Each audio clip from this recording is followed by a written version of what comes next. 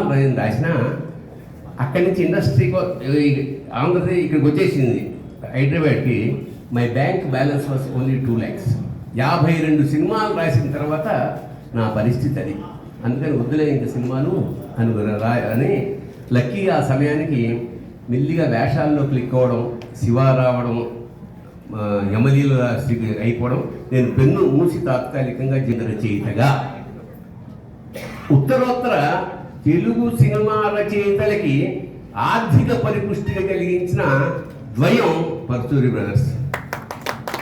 అప్పటిదాకా మామూలు అన్నం తింటున్న రచయిత ఈ మెల్లిగా బిర్యానీ పులిహార తినడం ప్రారంభించారు. ఇప్పుడు ప్రతి సభలోనూ నేను చెప్తుంటా, వాళ్ళ కారణంగానే రచయితకి ఒక గౌరవము, డబ్బు రెండు పెరిగాయి.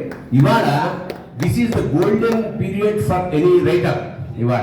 ఇవాళ ఆల్మోస్ట్ దర్శకుడితో సమానంగా రచయిత కూడా సంపాదిస్తున్నారని వీరేంద్ర ప్రసాద్ గారు ఇక వచ్చారు, ఆయనే సాక్షి. సో రచయితల పరిస్థితి ఇవాళ బాగుంది.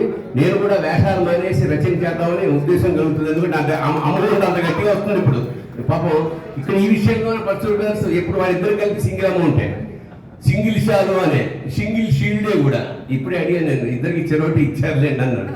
అలాగా రచయిత అనేవాడు వెన్నెముకే. కానీ పూర్వం మాకు కేవలం తమలపాకులు పేపర్లే ఇస్తుండేవారు, ఇప్పుడు డబ్బులు కూడా ఇస్తున్నందుకు చాలా సంతోషంగా ఉంది.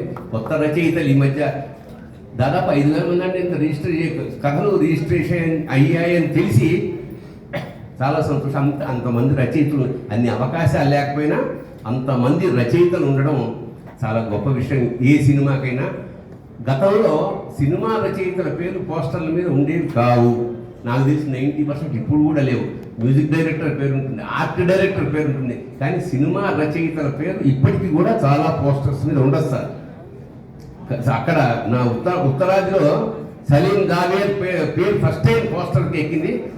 దక్షిణాదిలో వీళ్ళిద్దరు పరుచూరి బ్రదర్స్ పేరు ఉండేది. ఆ తర్వాత దాసనారాయణరావు స్వతహాగా రచయిత దర్శకుడు కాబట్టి ఆయన పేరు ఉండేది. కానీ ఇప్పటికి కూడా ఆ సాంప్రదాయం పాటించట్లేదు మన వాళ్ళు. చూద్దాం, రచయితల పేర్లు కూడా వచ్చే స్థితికి మనం ఎదుగుదాం అని ఆశిస్తూ శుభం భూయాత్. శివోహం.